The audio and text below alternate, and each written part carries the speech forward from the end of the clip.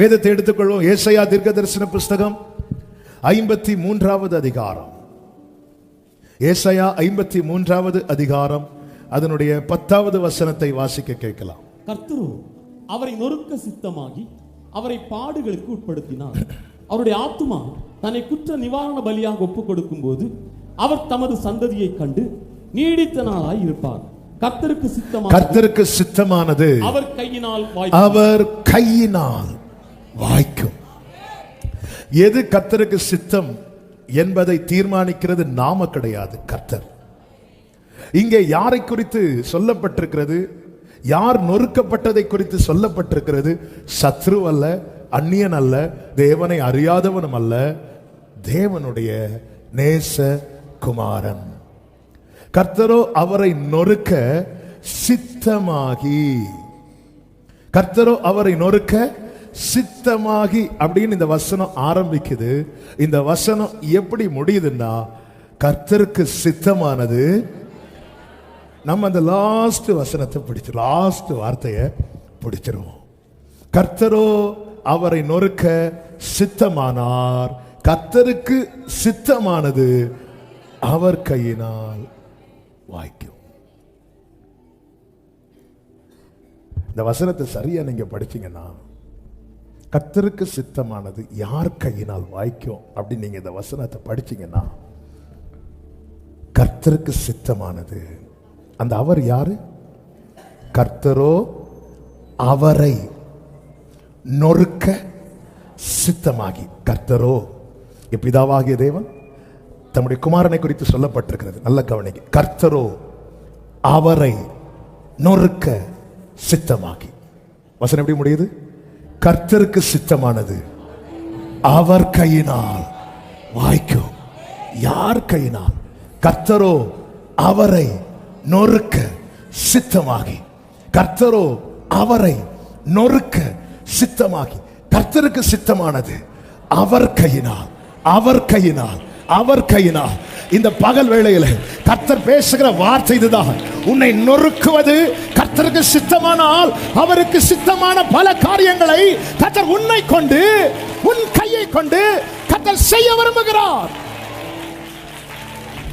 ஹalleluya, ஹalleluya, ஹalleluya. ரெண்டு விதமான நொறுக்கப்படுகிற அனுபவம் உண்டு. ஒன்று நம்மால், நம்முடைய மீறுதலினால், நம்முடைய பாவத்தினால்.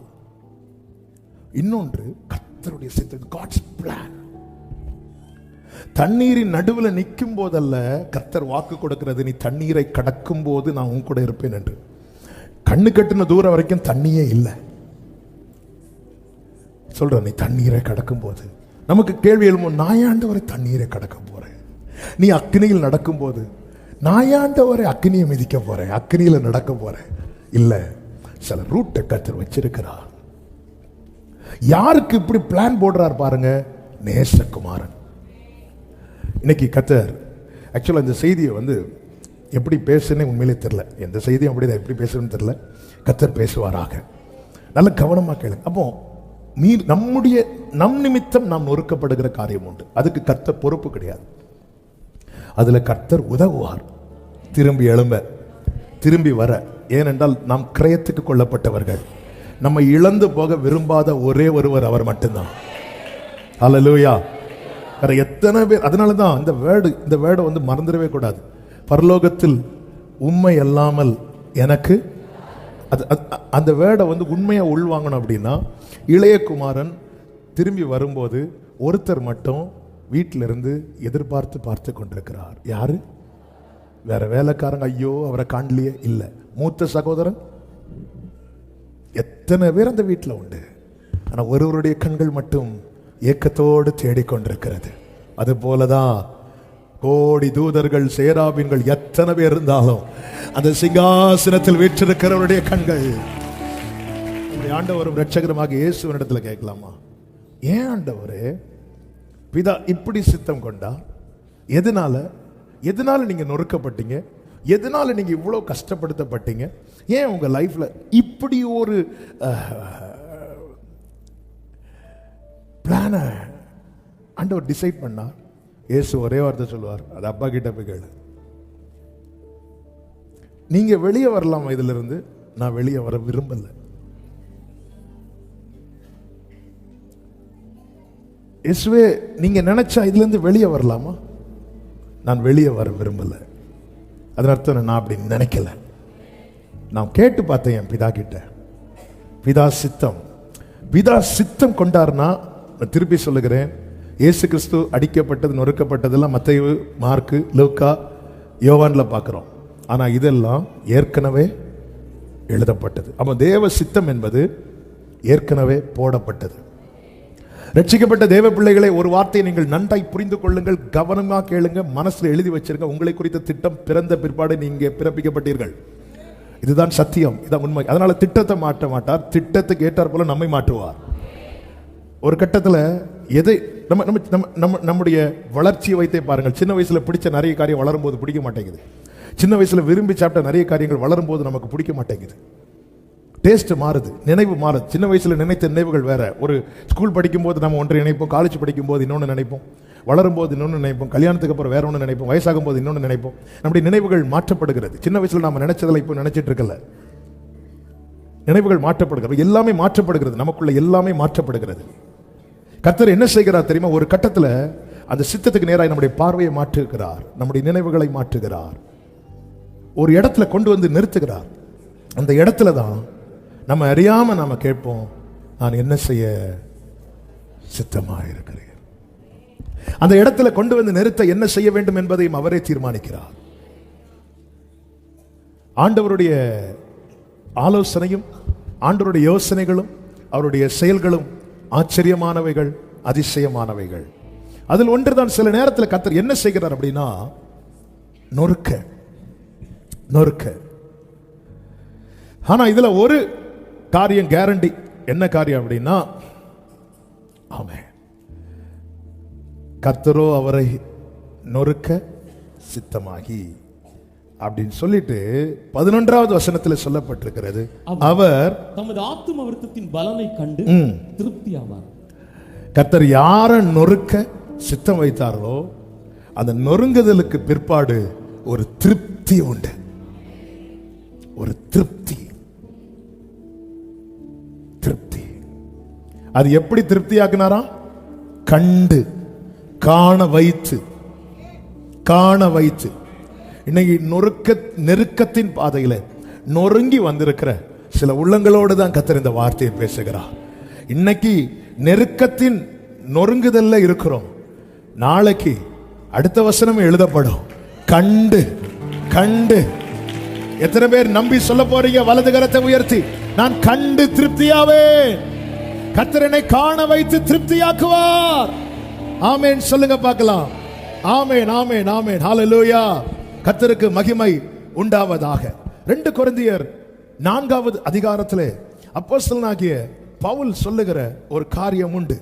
7, 8, 9 வசனங்களை நீங்கள் பார்த்தீர்களே ஆனால் 2 கொரிந்தியர் 4, 7, 8, 9 இந்த மகத்துவமுள்ள வல்லமை எங்களால் உண்டாயிராமல் தேவனால் உண்டாயிருக்கிறது என்று விளங்கும்படி, இந்த மகத்துவமுள்ள வல்லமை எங்களால் உண்டாயிராமல் தேவனால் உண்டாயிருக்கிறது என்று விளங்கும்படி, இந்த பொக்கிஷத்தை, இனி இந்த வார்த்தைகளை கவனிக்கணும், இந்த பொக்கிஷத்தை மண்பாண்டங்களில் பெற்று, மண்பாண்டம் பவுல் எதை சொல்றாரு? சரீரத்தை சொல்றாரு. உள்ள என்ன இருக்குது? பொக்கிஷம் இருக்கு. மண் பாண்டங்களில் பெற்றிருக்கிறோம் அப்படி சொல்லிட்டு அடுத்த வசனத்தில் சொல்றாரு, எப்பக்கத்திலும் நெருக்கப்பட்டு ஒடுங்கி போகிறது. அவ எப்பக்கத்திலும் நெருக்கம் யார் வாழ்க்கையில வருது?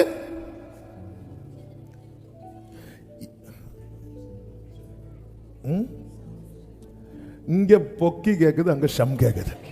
நீங்க ஐக்கியமா இருக்கணும்னு சொல்றது உண்மைதான், ஆனா இப்படியெல்லாம் இருக்க கூடாது. ஏன்னா சிலர் வந்து ஃபர்ஸ்ட் வேட சத்தமா சொல்லுவாங்க, அடுத்த வேட விழுங்கிடுவாங்க. சிலர் ஃபர்ஸ்ட் வேட விழுங்கிடுவாங்க, அடுத்த வேட அப்படி கனெக்ட் ஆயிட்டு. பொக்கிஷம் எந்த வீட்டுல திருடன் ஏறுவான்?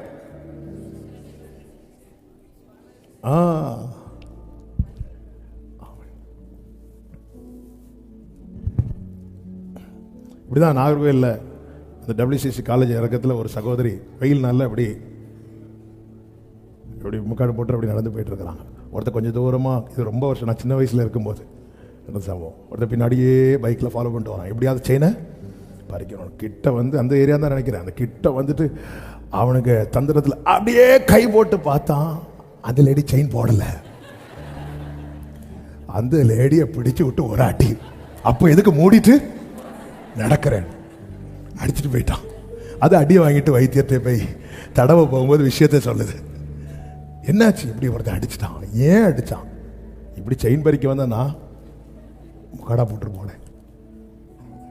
பாருங்க, திருடனுக்கே அது ரொம்ப பிரஸ்டீஜ் ப்ராப்ளம் ஆயிட்டு. ஏன்னா அவன் அவ்வளோ ஃபீல் பண்ணி. நாங்கள் எப்பக்கமும் நெருக்கப்பட்டோம், ஒடுங்கி போகிறதில்லை, கலக்கம் அடைந்து. இந்த வார்த்தையெல்லாம் வந்து நம்ம வீட்டில் ஒட்ட மாட்டோம். நம்ம வீட்டில் ஒட்டத வாட்டில் என் கிருபை உனக்கு போதும் போதும். ஆமென். எப்பக்கம் நெருக்கப்பட்டு. நல்ல கவனமா கேட்கணும் நீங்கள வார்த்தைகளை. ஒரு வார்த்தையும் மிஸ் பண்ணக்கூடாது. ஆக்சுவலி இந்த வார்த்தையை வந்து 2 வாரத்துக்கு முன்னாடி ஒரு சாட்டர்டே நைட்டு பேசுகிறோன்னு தியானித்தேன். கொஞ்சம் தியானித்ததுனால சாட்டர்டே நைட்டு கொஞ்சம் கூட ஆண்டவர் தியானிக்க வைத்தார். அப்படியே பெண்டிங்கில் போட்டேன். ஆனால் போன வாரத்திலேருந்து ஆவியானவர் திரும்ப திரும்ப இந்த வார்த்தைகளை நான் அடிக்கடி சொல்லுகிற வார்த்தை. செய்தி எல்லாருக்கும் கொடுக்கப்படும், ஆனால் சில உள்ளங்களுக்கு அது ரேமா. செய்தி எல்லாருக்கும், சிலருக்கு அது ரேமா.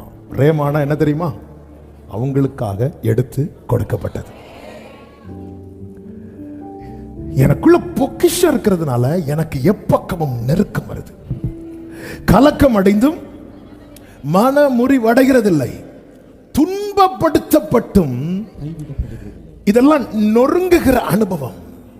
அடுத்த வார்த்தை பாருங்க, கீழே தள்ளப்பட்டும் மடிந்து போகிறதில்லை. அப்ப கீழே விழுறோம், என்ன செய்ய மாட்டேங்கிறோம்?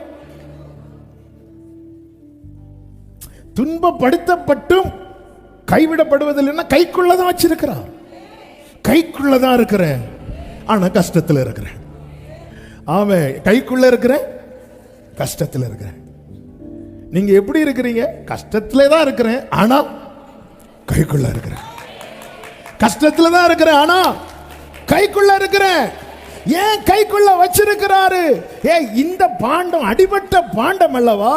இந்த பாண்டம் அடிபட்ட பாண்டம் தான், ஆனா இதுக்குள்ள அவர் பொக்கிஷத்தை வைத்திருக்கிறார். பொக்கிஷத்தை வச்சத நம்ம பொக்கிஷம் வைத்த காரியத்தெல்லாம் சேஃபா வச்சிருப்போம். பீரோவை எங்க வச்சிருப்போம்? சொன்னா தெரிஞ்சிடல பக்கத்துல. அதனால என்ன பண்ண மாட்டேன், சொல்ல மாட்டேன். பீரோ அப்படின்னா நீங்க இருக்கிறத பார்த்தா அப்படிதான் இருக்கு. ஆமே. ஃப்ரெண்டு டோரை திறக்கிற மாதிரி ஃப்ரெண்ட்ல பீரோ வச்சு திறந்து பார்க்குற மாதிரி வைப்போமா? ஆனா இங்க பாருங்க, ஆண்டவர் யாருக்குள்ள பொக்கிஷம் வச்சிருக்கிறாரோ அவங்கள நொறுக்கிறதுக்கு. ஏன் ஏன் ஏன் எனக்குள்ள என்ன பொக்கிஷம் வைத்திருக்கிறார் என்பது வெளியே தெரியணும்னா நான் உடைக்கப்பட்டாதான் தெரியும். எனக்குள்ள என்ன பொக்கிஷம் வச்சிருக்கிறார் என்பது, அந்த பொக்கிஷம் தெரிகிறது வரைக்கும் இந்த பாண்டம் சாதாரணமான பாண்டமா தான் தெரியும். இந்த பாண்டம் தள்ளப்பட்டதா தான் தெரியும். இது துன்பப்படுத்தப்பட்டதா தான் தெரியும். இது நெருக்கப்பட்டதா தான் தெரியும். ஆனா ஒரு நாள் இதற்குள்ள இருந்த அந்த பொக்கிஷம் வெளியே வரும்போது, ஓ ராபா காலாபா சந்தானா லாபா காரா ரீபா பாபா ரேமம்ரோ சந்தலரே, உன்னை ஜனிப்பித்ததின் நோக்கம், உன்னை அழைத்ததின் நோக்கம், உன்னை தெரிந்தெடுத்ததின் நோக்கம் இந்த உலகம் அறிய நீ உடைக்கப்பட வேண்டியது அவசியம். ஹalleluya ஹalleluya ஹalleluya ஹalleluya. நமக்குள்ள இருக்கிற அந்த பொக்கிஷம் அது வெளியே வரணும்னா, அது வெளியே வரணும்னா, இல்லைன்னா எப்படிங்க தெரியும்? எப்படி தெரியும்? ஆண்டவர் வைத்ததே அது வெளியே வரணும். வேதம் சொல்லுகிறது, கர்த்தருடைய மகிமை வெளியரங்கமாகும், மாம்சமான யாவும் ஒரு நாள் வரும் அன்றைக்கு இந்த பொக்கிஷத்தை சுமக்கிற மண் பாண்டமே, உனக்கு ஏசாயா 60:1 சொல்லப்படும். எழும்பி பிரகாசி, உன் ஒளி வந்தது. கரங்களை தட்டி ஆமென். ஹalleluya. மார்க்கு சுவிசேஷம் 14வது அதிகாரத்தில் அதனுடைய 3வது வசனத்தை வாசித்தீங்கன்னா, அவர் பெத்தானியாவில் குஷ்டரோகியாயிருந்த சீமோன் வீட்டிலே போஜன பந்தி இருக்கையில் ஒரு ஸ்திரீ விலையேறப்பட்ட நளதம் என்னும் உத்தம தைலமுள்ள வெள்ளைக்கல் பரணியை கொண்டு வந்து, நல்ல கவனமா கேளுங்க, பரணியை கொண்டு வந்தார். அதை உடைத்து அந்த தைலத்தை அவர் சிரசின் மேல் ஊற்றினார். அது ஊற்றப்பட்ட போது என்ன ஆயிற்று என்று எடுக்க வேண்டாம். யோவான் 12:3 சொல்லப்பட்டிருக்கிறது, அந்த வீடு முழுவதும் தைலத்தின் பரிமளத்தினால் நிறைந்தது. நல்ல கவனமா கேளுங்க. இந்த பரணிக்குள்ள இருக்கிற தைலத்தை உடைக்காமலும் ஊற்றலாம், உடைக்காமலும் ஊற்றலாம். உடைக்காம எப்படி ஊட்ட முடியும்? திறந்து. ஆனா இங்க அவ உடைத்து ஊற்ற காரணம் என்ன? கவனிங்க, உடைத்து ஊற்ற காரணம் என்ன? சும்மா சொல்லுங்க, தெரிஞ்சது சொல்லுங்க. நிறைய சொல்லியிருக்கோம் செய்தியில, மீதி வைக்க இல்லாம முன்னாடி சொன்னது. அடுத்து நான் உங்கள்கிட்ட இருந்து ஏதோ புதிய வெளிப்பாடு வரும்னு நான் சொல்லட்டுமா? இனி அதை உடைக்க முடியாது. உடைக்கிறதுக்குள்ள சரியான இடம் அவர் சமூகம் மட்டுமே. இங்கே ஒருவன் உடைக்கப்பட்டால் வேறு எங்கும் உடைக்கப்பட மாட்டான். இங்கே ஒருவன் உடைக்கப்பட்டால், தேவ சித்தத்துக்கு உட்பட்ட ஒருவன் நொறுக்கப்பட்டால், அவன் வேறு எங்கும். ஆமென். அன்னாள் வீட்டில் இருந்து அழுதாள், அழுது கொண்டே இருந்தாள். ஆலயத்தில் வந்து உடைக்கப்பட்டு அழுதாள். அவள் சொல்ற, என் இருதயத்தை ஊற்றினேன், உன் இருதயம் உடைஞ்சிருக்கு. அப்படியே ஊற்றுறா. வேதம் சொல்லுகிறது, அதன் பிறகு அவள் துக்கமுகமாய். நான் கேட்கிற கேள்வி, ஏன் அதுக்கப்புறம் பெனினால் திருந்திட்டாளா? பெனினால் திருந்த போறது கிடையாது. ஆவே அதுக்கப்புறம் உடைக்க முடியல, உடைக்க முடியல, உடைக்க முடியல. ஒரு விசை பிதாவின் சித்தப்படி இயேசு நொறுங்கினார். ஆனால் அதன் பிறகு அவர் எழுந்து வந்தார். ஆமென். இப்பொழுது அவர் ராஜாதி ராஜாவாய், கர்த்தாதி கர்த்தராய், தேவாதி தேவனாய் வீற்றிருக்கிறார். நாகும் 1 சொல்லப்பட்டிருக்கிறது, 13-14 நினைக்கிற அந்த வசனத்தை பாருங்க. இடுக்கம் மறுபடியும் வராது. 12-11 அதுக்கு மேல இருக்கும். இடுக்கம் மறுபடியும் 1:9 இடுக்கம் மறுபடியும் உண்டாகாது. affliction shall not rise up the second time. ஆண்டவருக்கு தெரியும்.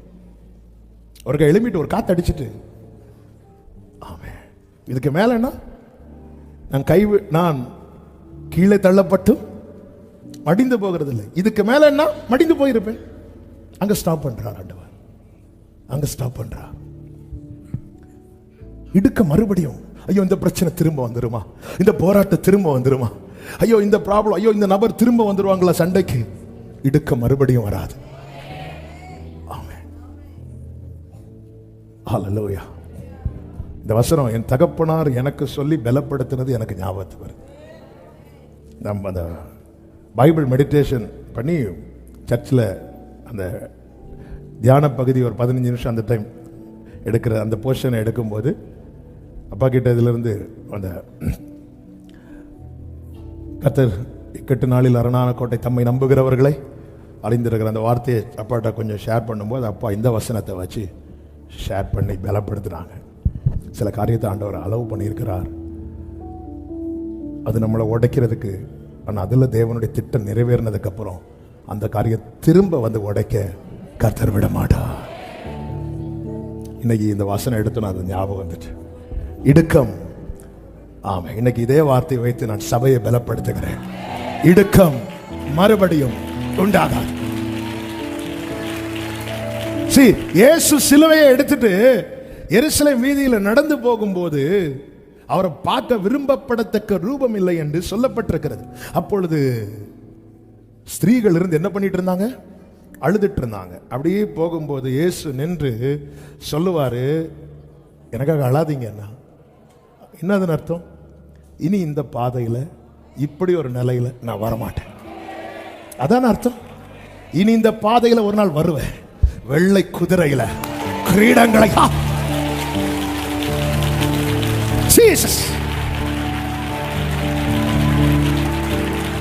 இனி இந்த பாதையில இப்ப பாக்குறீங்கல்ல, அரை நிர்வாணமாய் சரீரம் கிழிக்கப்பட்ட நிலையில ரத்தம் சிந்தி உதவிக்கு ஒருவர் கூட இந்த பூமியில வாழ்ந்த நாட்கள் எல்லாம் நன்மை செய்தவராய் சுற்றி தெரிந்தார். அப்படிப்பட்டவருடைய நிலைமை பார்த்துதானே அழுறீங்க. எனக்காக அழாதீங்க, உங்களுக்காக உங்க பிள்ளைகளுக்காக அழுங்க, எனக்காக ஏன் அழாதீங்க? இந்த வேதனை இதுதான் எனக்கு கடைசி. இனி இந்த பாதையில இதே நிலையில நான் வரமாட்டேன். இனி இந்த பாதையில அவர் பவனி வருவார். சில கண்ணீரின் பள்ளத்தாக்கில் நடக்கும் போது உந்த உயிர்த்தெழுதலின் வல்லமையை உடைய தேவ பிள்ளையே, இந்த நம்பிக்கையில நடங்க. இடுக்க மறுபடியும் இந்த பிரச்சனை எனக்கு ஃபர்ஸ்ட் அண்ட் லாஸ்ட், இந்த பிரச்சனை எனக்கு ஃபர்ஸ்ட் அண்ட் லாஸ்ட், இது மறுபடியும் நோ. ஆமென். சப்ஜெக்ட்ல இல்லாதது கர்த்தர் இந்த வசனத்தை நினைவுல கொண்டு வந்து சிலரோடு பேசிக் கொண்டிருக்கிறார், சிலரோடு பேசிக் கொண்டிருக்கிறார். இன்னைக்கு நீங்க சில துன்பத்தின் பாதையில் நடக்கிறீங்களா? வாயை திறந்து சொல்லுங்க, இடுக்கம் மறுபடியும் உண்டாகாது. நாங்கள் இயேசுவை நம்பி இருக்கிறோம். ஆமென் சொல்லுங்க பார்க்கலாம். ஆமென். சில நெருக்கம் வரும்போது பிள்ளைங்க வந்து கேட்பாங்க, என்னம்மா நமக்கு இப்படி ஒரு கஷ்டம் வந்துட்டு, இதெல்லாம் லாஸ்ட்பா, இனி வராது, இனி வராது. சில போராட்டம் வரும்போது வந்து கேட்பாங்க, என்னம்மா இப்படி ஒரு போராட்டம், இதான் லாஸ்ட், இடுக்க மறுபடியும் உண்டாகாது. ஆமென். ஹalleluya ஜீசஸ், ஹalleluya. கர்த்தருக்கு மகிமை உண்டாவதாக. ஆமென். உடைக்கிறார், உடைச்சது அந்த பரணி உடைக்கப்படுது. உடைக்கப்பட்டதும் அந்த பரணிக்குள்ள என்ன இருக்கிறது என்பது இயேசுவுக்கும் கொண்டு வந்தவளுக்கும் மட்டும்தான் தெரியும். உடைஞ்சதும் அங்கிருந்த எல்லாருக்குமே தெரிய வந்தது. ஆமென். நம்ம மேல இருக்கிற அழைப்பு அழைத்தவருக்கும் பிற்பாடு கொஞ்சம் நமக்கும் தெரியும். ஆனா ஒரு கட்டத்தில் தேவன், ஆமென், பக்கத்தில் பார்த்து சொல்லுங்க, உங்களுக்குள்ள இருக்கிற பொக்கிஷம் வெளிப்படும் டைம் வந்துட்டு. ஆமென். ஹalleluya. சிலர் இருக்கிறத பார்த்தா அது வெளிப்படலைனாலும் பரவாயில்ல. ஹalleluya. ஏன் வெளிப்படணும் தெரியுமா? அது வெளிப்பட்டாதான் நம்முடைய ஓட்டு முடியும் போதும் முடிந்ததுன்னு சொல்ல முடியும். அது வெளிப்படாம சித்தம் செய்ய முடியாது. சித்தம் செய்ய முடியாம ஓட்டத்தை ஜெயத்துடன் ஓடி முடிக்க முடியாது. ஓட்டத்தை ஜெயத்துடன் ஓடி முடிக்க முடியாமல் நீதியின் கிரீடத்தை சுதந்திரிக்க முடியாது. ஆண்டவருடைய வழி நடத்துதல், ஆண்டவருடைய திட்டமிடுதல், ஆண்டவர் நடத்துகிற எல்லா காரியமும் நம்முடைய நன்மைக்காக மாத்திரமே. அல்லேலூயா. பரணி உடைக்கப்பட்டதும் உள்ள இருக்கிற வாசனை, உள்ள என்ன இருந்துச்சு, அது எவ்வளவு விலையேற பெற்றது. ஏன்னா அங்க இருக்கிறவங்க என்ன சொல்லி முறுமுறுக்கிறாங்க, இத போய் எவ்வளவு பிரஷியஸ். உண்மையில சொல்லணும்னா இந்த பாவியாகிய ஸ்திரீ உள்ள வந்தது யாருக்குமே பிடிக்கல. பொதுவாகவே அந்த காலத்தில் யூதர்கள்லாம் வந்து பெண்களை வந்து எப்பவுமே கொஞ்சம் தள்ளி தான் வச்சிருப்பாங்க. அதுவும் வந்துட்டு அவர் பாதத்தில் விழுந்து முத்தமிடுறது, இதெல்லாம் தாங்க முடியல அவங்களுக்கு. இது உடைக்கப்பட்டு வாசனை முழுவதும் நிரம்புகிறது.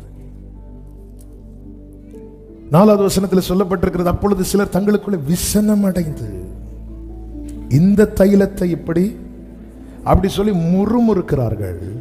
6வது வசனத்தை பாருங்கள். இயேசு அவர்களை நோக்கி அவளை விட்டு விடுங்கள். அவளை விட்டு விடுங்கள். ஏன் அவளை தொந்தரவுப்படுத்துகிறீர்கள்? உடைக்கப்பட்டவனை குறித்து உலகம் முறுமுறுத்தாலும் உன்னதர் விட்டு கொடுக்கவே மாட்டார். விட்டுரு, விட்டுரு. ஒரு பரணி உடைக்கப்பட்ட காரியத்தை சொல்லிட்டு இருக்கிறேன். அதை பத்தி முறுமுறுக்கும் போது கர்த்தர் இடைபடுகிறார். விட்டுரு, அவளை விட்டுரு. இந்த பகல் வேளையில் என கேட்கிற அன்பு சகோதரா சகோதரி, நம்ம உடைக்கப்படும் போது நாம எதால உடைக்கப்பட்டோமோ அதை விட மிக அதிகமாய் நம்மை காயப்படுத்துவது நம்மை சூழ்ந்திருக்கிறவர்களுடைய வார்த்தை. விழுந்து கிடக்கும் போது ஹெல்ப் பண்ண மனம் உள்ளவங்க உடனே கை நீட்டுவாங்க. மனம் இல்லாதவர்கள் வந்து சொல்லுவாங்க, பார்த்து போகக்கூடாது, பார்த்து போகக்கூடாதுன்னு சொல்லிட்டு பார்த்துட்டு போயிடுவாங்க. அவ்வளவுதான். பேதுரு விசுவாசம் குறைந்தது, பார்வையை மாற்றினான், கடலில் மூழ்கினான். ஆண்டவரேன்னு சொல்லும் போது உடனே அற்ப விசுவாசியன் உடனே கூப்பிடல. வேதம் சொல்லுகிறது உடனே அவன் கையை பிடித்து. இதுதான் ஆண்டவர். அதான் நாங்கள் துன்பப்படுத்தப்பட்டும் கைவிடப்படுவதில்லை. தானியேலின் புஸ்தகத்திலே சொல்லப்பட்டிருக்கிறது 10வது அதிகாரத்திலே, இனி எனில் பேச்சில்லை. 15 நான் தரையை நோக்கி பேச்சற்று போனேன். 17 சொல்றார், இனி எனில் பலன் இல்லை, எனில் மூச்சும் இல்லை. இனி என்கிட்ட ஒண்ணுமே இல்லை. இனி என்று சொல்லும் போது என்கிட்ட இல்ல இல்ல இல்ல இல்ல இல்லன்னு சொன்னதும் 18வது வசனத்துல, அப்பொழுது மனுஷ ரூபமான ஒருவன் திரும்ப என்னை தொட்டு, திரும்ப என்னை தொட்டு. இல்லன்னு வரும்போது தொட்டவங்க எல்லாம் கையெடுக்கிறாங்க. ஆனா ஒருத்தர் இப்பதான் தொடணும்னு சொல்லி, நான் ஏற்கனவே உன்னை தொட்டு இருக்கிறேன், இதுதான் நாங்க முந்தி உங்களுக்கு ஹெல்ப் பண்ணி இருக்கிறோம்ல, இதுதானே நம்ம சொல்றது. அன்னைக்கு ஒரு பிரச்சனை வரும்போது நான் ஹெல்ப் பண்ணல, சும்மா சும்மா வந்தா எப்படி? இது பொதுவா எல்லாருடைய வாக்கு. இதுக்கு யாரும் விதிவிலக்கே கிடையாது. நானும் விதிவிலக்கு கிடையாது, யாரும் விதிவிலக்கு கிடையாது. அதனாலதான் கர்த்தர் சொன்னார், நான் மனிதன் அல்ல. எபிராயிமே, நான் உன்னை எப்படி கைவிடுவேன்? நான் மனிதன் அல்ல.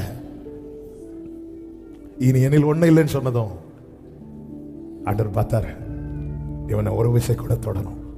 திரும்ப தொட்டு என்னை திடப்படுத்தி. எப்படி திடப்படுத்தியிருப்பார்? போட்டோம்னா அது நம்ம சொல்லி திடப்படுத்துறது. அவர் சொல்லுவார், நான் திரும்ப தருவேன், உன்னுடைய முந்தின சீரை பார்க்கலாம், உனக்கு நற்சீர் உண்டாக செய்வேன், உன் மேன்மையை பெருக பண்ணி. இதுதான் பைபிள் திடப்படுத்துறது. ஒரு தேவ பிள்ளைய வேதம் திடப்படுத்துவது அப்படிதான். இயேசு கிறிஸ்து எடுத்துக்கொள்ளப்பட்ட போது சீஷர்கள்லாம் அப்படியான்னு பார்த்துட்டு இருக்கும் போது சீஷர்கள் எப்படி திடப்படுத்தப்பட்டார்கள்? அவர் போயிட்டார், ஒழுங்கா வந்து சேரப்பார். அப்படியா? இல்ல, அவர் எப்படி போனாரோ அப்படியே வருவார். இதாங்க வானத்தை பார்க்கிறவர்களுக்கு பரலோகம் கொடுக்கிற திடன். ஹல்லேலூயா. யோபுவுக்கு எல்லாம் போச்சு, நண்பர்கள் வந்தாங்க. உண்மையிலே யோபு கர்த்தர் நொறுக்க சித்தமானார். நொறுங்கி இருக்கிறவன்ட்ட இந்த எரியிற தீயில எண்ணெயை ஊத்துறதுக்குன்னே கிருபை பெற்ற சிலர் நம்ம வீடை தேடி வருவாங்க. அப்பதான் அழுது முடிச்சிருப்போம், இல்ல அப்பதான் என்ன மனைவியே அல்லது புருஷனே சால்வ் பண்ணியிருப்போம். தேவனிடத்திலிருந்து நன்மை பெற்றதாம் அப்படியே இருக்கும்போது வந்து இருப்பாங்க. வந்து இருந்து அழ ஆரம்பிப்பாங்க. பாருங்க, வீட்டில இருந்து போட்டிருந்த பவுடர்லாம் ஒரு ஷேப் ஆகி, சிலர் அழுறதுக்குன்னே பவுடர் போட்டு வருவாங்க. ஏன்னா அந்த கண்ணீர் தடம் வந்து அப்பதான் சரி. நான் உங்களை சொல்லலை, உங்களுக்கு ஃபீல் ஆகுதுன்னா உங்களா சொல்லிட்டு இருக்கிறேன். அது வந்து இந்த பாம்பு போன மாதிரி அப்படி இப்படி வரவும் செய்யாது. பாதியிலையும் எது வரை அழுவாங்க தெரியுமா? திருப்பி நம்ம அழ தொடங்குறது வர. நம்ம அழ தொடங்குறது, ஓகே சிஸ்டர் போயிட்டு வரட்டுமா? இப்படிதான் யோபுவின் நண்பர்கள் வந்தாங்க. வந்தது ஆறுதல் சொல்ல, ஆனா தூரத்திலே உட்காந்துட்டாங்க. இவன் நிலைமை நம்ம நினைச்சதை விட மோசமா இருக்கு. அப்படியே இருக்கும்போது யோபு பேச ஆரம்பிக்கிறார். அப்படின்னு யோபு வேணும்னு பேசல, வழியில பேசல. நல்லா புரிஞ்சுக்கோங்க, நம்ம வழியில பேசின பல காரியங்களை பெருசா எடுத்து எத்தனை உறவுகள் நம்ம விட்டு தூரம் போனாங்க. அப்படி பார்த்தா யோபு பேசுனதை வச்சு கர்த்தர் யோபு பக்கமே வந்திருக்க கூடாது. ஆனாலும் யோபு கிட்ட வராரு பாருங்க. நான் உன்னை பேசும்போது நான் பேசுறது மட்டும்தான் உலகத்துக்கு தெரியும், மற்றவர்களுக்கு தெரியும். எதனால இவன் பேசுறான் ஏன் இப்படி பேசுறான்? எல்லாமே தெரியும். நம்ம பேசுனதை வச்சு பார்த்தா ஆண்டவர் வந்து நம்ம ஏரியா பக்கமே வரக்கூடாது. என்னெல்லாம் பேசணும். ஹல்லேலூயா. நம்ம எல்லா கோவத்தையும் எங்கெங்க காட்டுவோம்? பைபிள்ல தானே காட்டுவோம். கோவத்தில் ஓங்கி ஒரு அடி அடிப்போம் பாருங்க. எல்லா கோவத்தையும் ஜெபத்துல தான் காட்டுவோம். எங்க ஜெபம் பண்ண மாட்டேன். யாரு கூட பிரச்சனைனாலும் நம்ம முதல்ல கட் பண்றது ஆண்டவரோடு உள்ள உறவு தானே.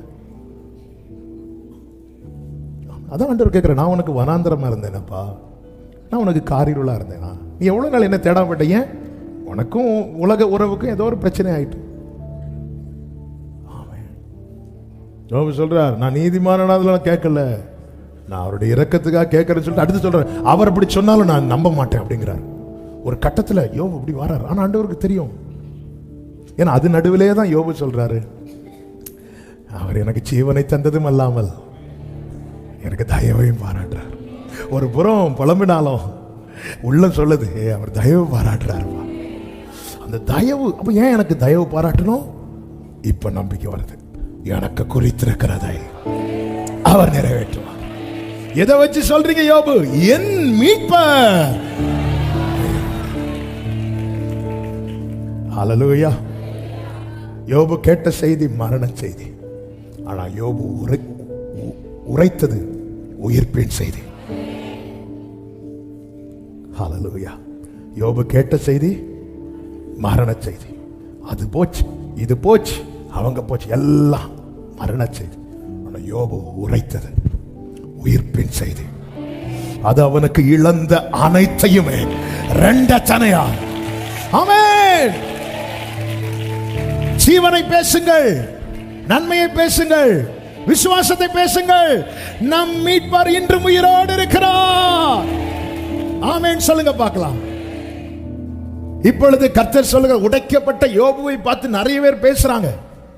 ஆண்டவர் சொல்றார், பாரு, என் தாசனாகிய யோபு என்னை குறித்து நிதானமாய் பேசினது போல ஒழுங்கா போய் பலி செலுத்து. நான் யோபுவின் முகத்தை பார்த்து உங்க மேல நான் இறக்க வைப்பேங்கிறார். அவங்க வந்து 4 பேரும் வந்து யோபுவை கண்ணா பின்னான்னு பேசுறாங்க. இப்போ எந்த நிலைமைக்கு கர்த்தர் கொண்டு வந்துட்டார்னா, இனி நான் உங்களுக்கு இறங்கணும்னா நான் யோபுவை பார்ப்பேன். நொறுக்கப்பட்டவனை யாராவது பார்க்க விரும்புவாங்களா? யோபுவை பார்க்கவே முடியாது. வஸ்திரம் கூட போட முடியாத அளவுக்கு உச்சந்தலையிலிருந்து உள்ளங்கால் வரை புண்கள், பருக்கள், சீல் வந்து வடிந்துட்டே இருக்குமா. பைபிள் ஸ்காலர் சொல்றாங்க, அந்த மனைவி வந்து ஜீவனை விடுன்னு சொல்றதுக்கு ஒரு ரீசன் என்னவா, அவங்க தான் கிளீன் பண்ணுவாங்க. வேற யார் கிளீன் பண்ணுவா? கிளீன் பண்ணி முடிச்சு அப்படி இருக்கும்போது திரும்பியும் சீல் வரும். ஏன்னா அவங்களுக்கும் இழப்பு. யோபுவுக்கு என்ன இழப்போ அதே இழப்பு தான் எங்களுக்கு. அவங்க அப்படியே இருக்கிறாங்க, தலையே வெடிக்கும் போல இருக்கு. அவங்களுக்கு தள்ளி இருந்து அழக்கூட முடியாத நிலை. ஏன்னா ஹஸ்பண்டை கேர் பண்ணணும். அப்ப யோபு வாய் வந்து இப்படி அசைஞ்சிட்டே இருக்கு. என்ன சொல்லிட்டு இருக்கிற பார்த்தா, ஸ்தோத்திரம் ஸ்தோத்திரம். வந்துச்சு கோபம். அதனாலதான் கடைசியில் மனைவிட்ட கூட ஆண்டவர் கோபப்படல, பாத்தீங்களா? ஏன்னா மனைவி எப்படி பேசுனாங்கன்னா வலியில பேசுறாங்க. அதனால எல்லாம் 2 கொடுத்து இதை மட்டும் 2 கொடுத்தவர்கள் யோபு சொல்லிருப்பா, இதுக்கு அதே அந்த பழைய நிலையே.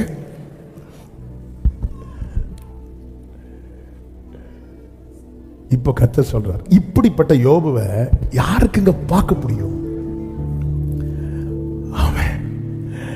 கர்த்தர் சொல்றார், எந்த பிரச்சனை இல்லாம நல்ல ட்ரெஸ் பண்ணி வந்திருக்கிற அந்த 4 நண்பர்களை பார்த்து இன்னைக்கு யோபு சொல்ற, நான் தெருவில் போனா என்னை பார்த்துட்டு முகத்தை மறைக்கிறாங்க, எழுந்து ஓடுறாங்க. ஏன்னா சகிக்கல யோபுவை பார்க்க.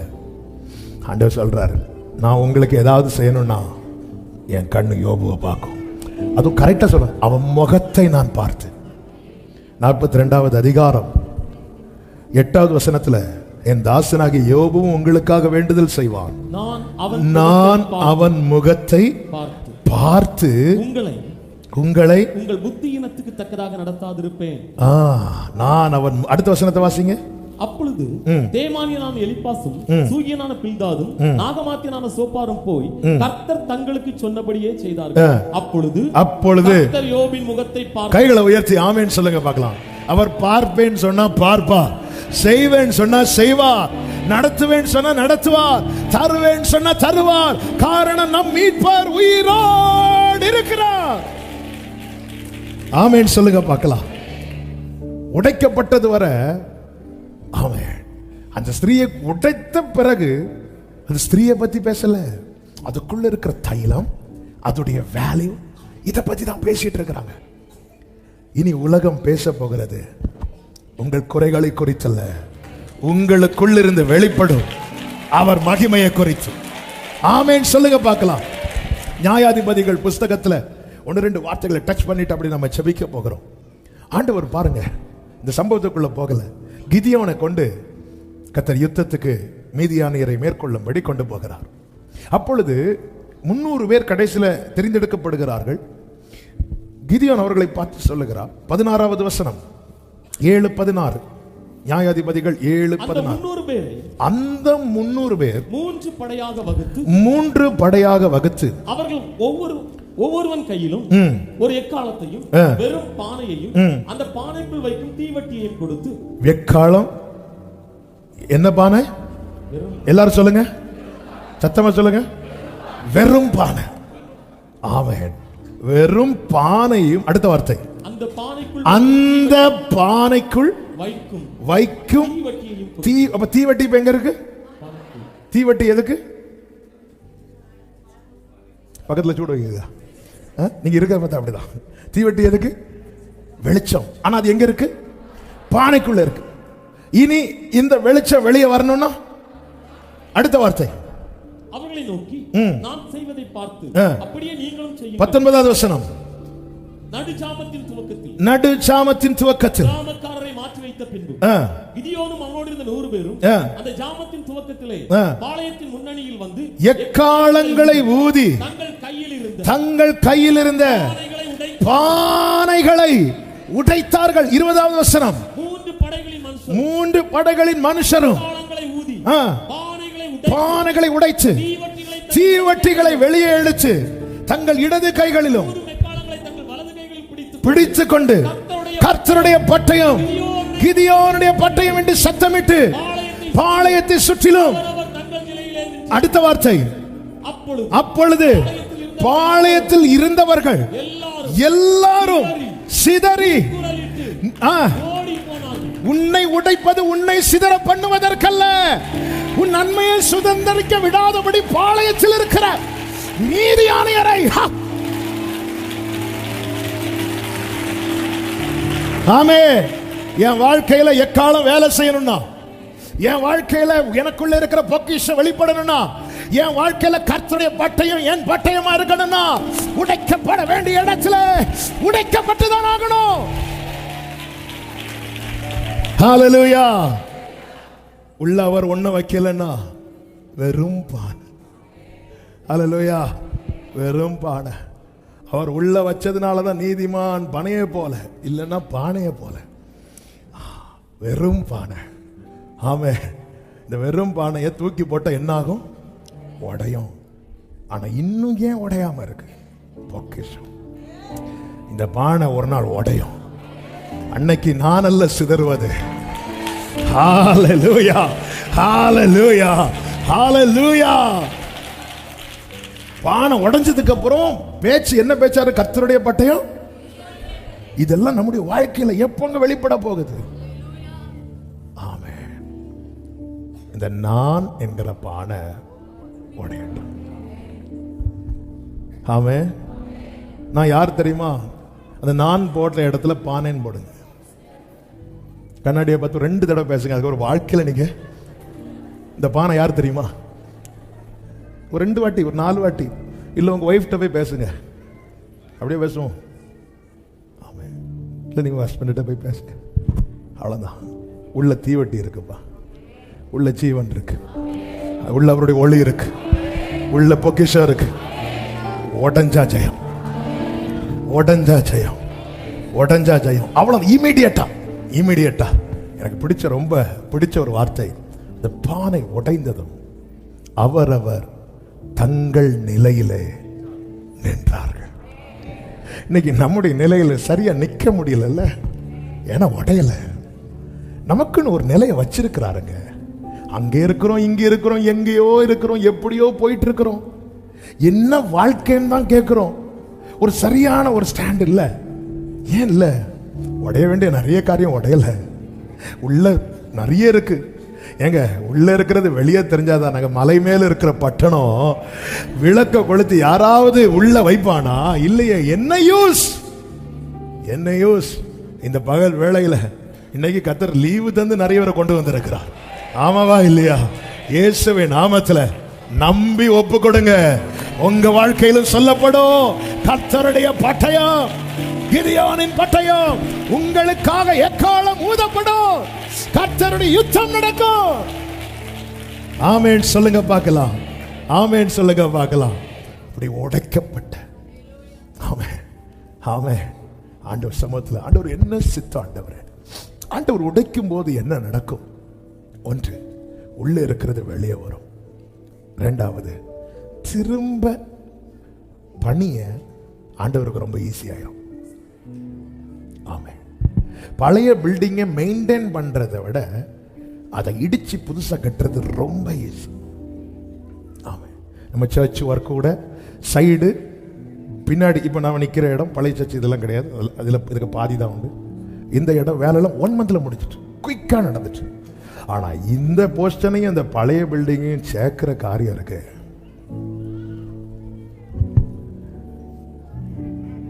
இதே இந்த இடம் அது பழைய பில்டிங்கே இல்லை, எம்டியான பிளேஸ் அப்படின்னா நம்ம சர்ச் ஒர்க்கு எவ்வளோ டைம் எடுத்துச்சோ அதில் ஒரு 1 yearக்குள்ள கிருபையினால் இந்த சர்ச்சு கட்டியிருக்கிறோன்னா ஒரு 8 monthsல ஒர்க் முடிச்சிருக்கோம். நம்ம உடைக்கப்பட்டுட்டோன்னு வைங்களேன், ஆண்டவருக்கு வேலை செய்யறது ரொம்ப ஈஸி.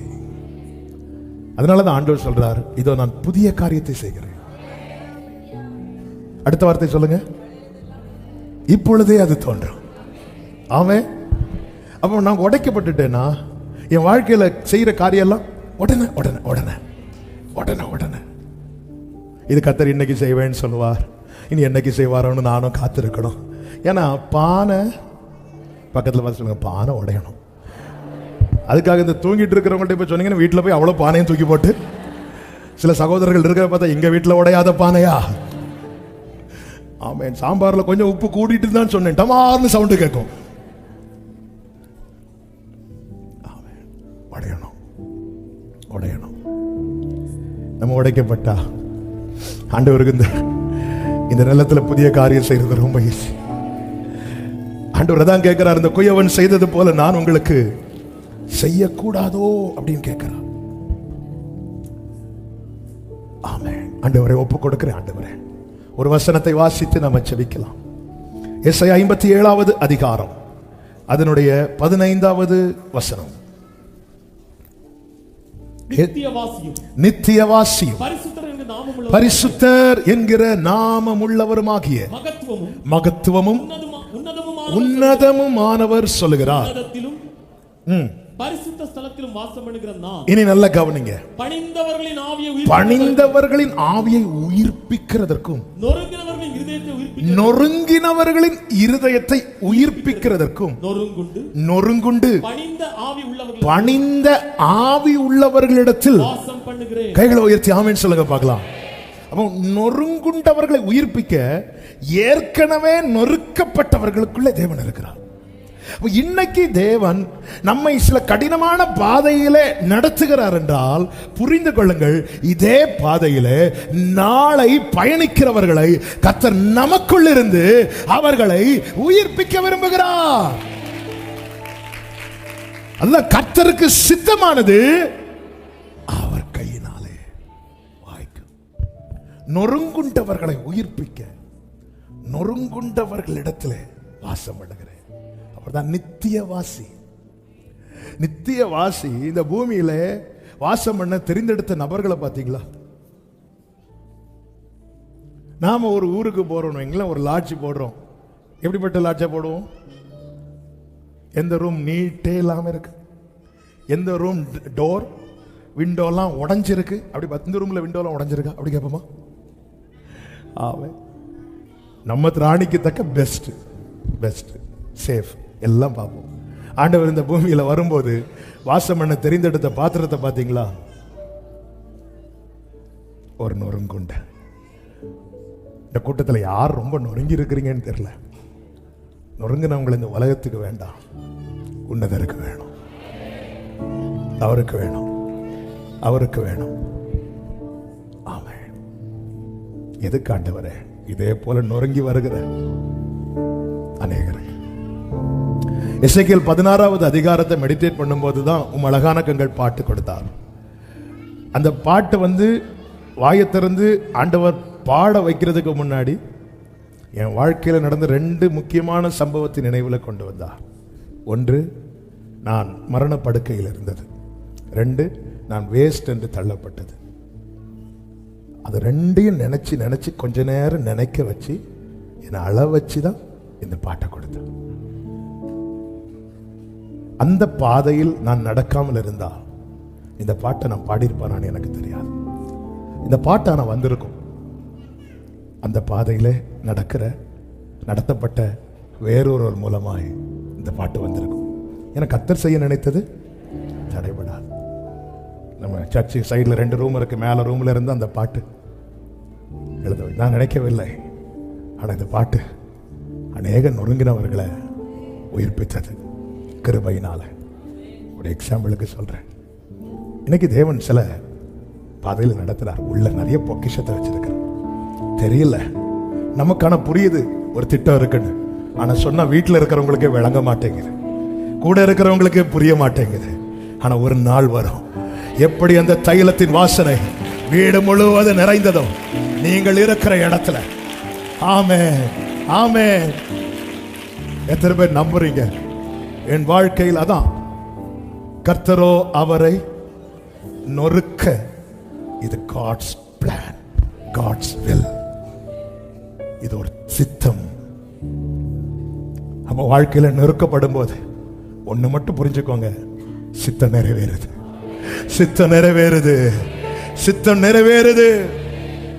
அதே நேரத்தில் இயேசு என்ன நம்பிக்கைங்க, இனி இந்த பாதையில நான் அடிபட்டு வரமாட்டேன், நான் கண்ணீரோடு வரமாட்டேன், நான் அவமானப்பட்டு வரமாட்டேன், நான் சிலுவை எடுத்துட்டு வரமாட்டேன்.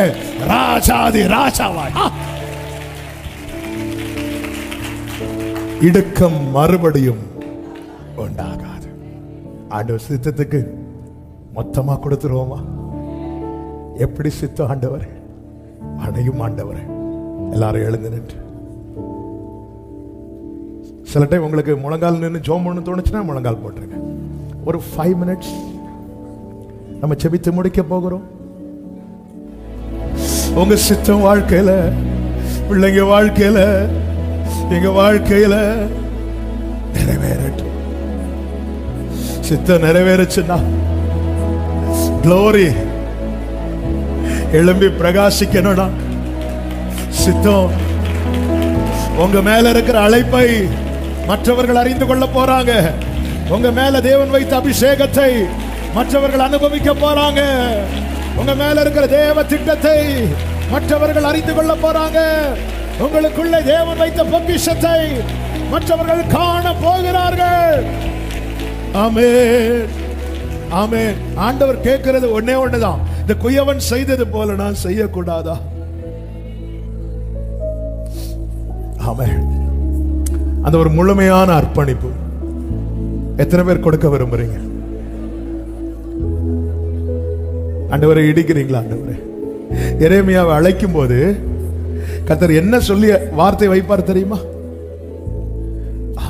பார், எரேமியா 1:10 நல்ல கேளுங்க. பிடுங்கவும், இடிக்கவும், அழிக்கவும், கவிழ்க்கவும். அங்க ஃபுல் ஸ்டாப் வைக்கல. அங்க ஃபுல் ஸ்டாப் வச்சிருந்தா இந்த பைபிளை நம்ம தொட்டிருக்கவே மாட்டோம். அங்க ஒரு கமா போட்டுட்டு கட்டவும் நாட்டவும் உன்னை நான் இன்றைய தினம். ஹல்லேலூயா. அப்போ கட்டி எழுப்ப, நிலை நிறுத்த அவர் முதல்ல என்ன செய்யறாரு? இடிக்கிறார். சிலதை பிடுங்கிறா, சிலதை அழிக்கிறா. ஆமென். இது தேவ சித்தம், தேவ சித்தம். அதே வசனத்துல தான் கட்டவும் நாட்டவும் ஆண்டவர் ஒருக்க சித்தமாயிட்டார்னா அடுத்து பெருசா வைக்கிறதுக்கு திட்டம் வச்சுட்டார்னா. இப்போ சர்ச்சில் இருக்கிறவங்க, ஆன்லைன்ல பாக்குறவங்க, ஆண்டவரே உங்க சித்தம் எதுவோ அது எங்க வாழ்க்கையில நிறைவேறட்டும் நம்பி ஒப்பு கொடுக்கிறவங்க அப்படியே 2 கரங்களை உயர்த்து உங்க கையில தர. பரிசுத்த பிதாவே, நல்ல தகப்பனே, நன்றியோடுமை துதிக்கிறோம், ஸ்தோத்தரிக்கிறோம், மகிமைப்படுத்துகிறோம், வாழ்த்துகிறோம். உங்க கிருபை மிகவும் பெரியது. இந்த நாளிலும் ஆண்டவரே எங்களை கிருபையாய் உங்க சமூகத்தில் கொண்டு வந்து பாட, துதிக்க, ஆராதிக்க, செபிக்க வைத்தீர். ஸ்தோத்திரம். எங்களுக்கு வேண்டிய வார்த்தைகளை எங்களுக்கு தந்து எங்களோடு பேசினீரே, உமக்கு நன்றி செலுத்துகிறோம், மகிமைப்படுத்துகிறோம். ஒவ்வொரு வாழ்க்கையிலும் நீர் வைத்துக்கிற ஒவ்வொரு சித்தமும் நன்மைக்காக மாத்திரமே. ஆண்டவரே, நாங்க சில நேரத்தில் எங்க புத்தியினத்தினால இது வேண்டாம் அது வேண்டாம்னு உங்ககிட்ட நாங்க நிறைய சொன்னது உண்டுப்பா. சாரிப்பா. நீங்க நடத்துற அத்தனையும் காரணம் எங்களை குறித்த உம்முடைய நினைவுகள் தீமைக்கு அல்ல, அது சமாதானத்துக்கு ஏதுவானது என்று எங்களுக்கு எழுதி தந்திருக்கிறீங்களப்பா. நீங்க செஞ்சது நன்மை, செய்யறது நன்மை, செய்ய போகிறது நன்மை. ஆண்டவரே, நன்றி செலுத்துகிறோம், மகிமைப்படுத்துகிறோம். ஒவ்வொருடைய வாழ்க்கையிலும் உடைய மகிமை வெளியரங்கம் ஆவதாக. ஆண்டவரே, நொறுக்கப்பட்ட நிலையில அநேகர் இந்த சத்தத்தை கேட்டிருக்கிறாங்கப்பா. கர்த்தாவே, இவர்களை குறித்த உம்முடைய சித்தம், இவர்களுக்குள் நீர் வைத்திருக்கிற பொக்கிஷம் வெளிப்பட போகிறதற்காக ஸ்தோத்திரம். சாட்சியாய் நிறுத்தும், நாமத்தை மகிமைப்படுத்தும். எல்லா மகிமை உமக்கு செலுத்துகிறோம் இரட்சகர் இயேசுவின் நாமத்தில் பிதாவே, ஆமென். சேர்ந்து சத்தமாய் சொல்லுவோம். என் ஆத்துமாவே கர்த்தரை ஸ்தோத்திரி, என் முழு உள்ளமே அவருடைய பரிசுத்த நாமத்தை ஸ்தோத்திரி. என் ஆத்துமாவே கர்த்தரை ஸ்தோத்திரி, கர்த்தர் செய்த சகல உபகாரங்களை மறவாதே. ஆமென். நம்முடைய கர்த்தராகிய இயேசு கிறிஸ்துவின் கிருபையும், பிதாவாகிய தேவனுடைய அன்பும், பரிசுத்த ஆவியானவருடைய ஐக்கியமும் சிநேகமும் பாதுகாவலும் நம் அனைவரோடும் எல்லா பரிசுத்தவான்களோடு கூட கர்த்தருடைய வருகை மட்டும் தங்கியிருப்பதாக. ஆமென். ஹல்லேலூயா. God bless you. கர்த்தர் உங்களை ஆசீர்வதிப்பாராக.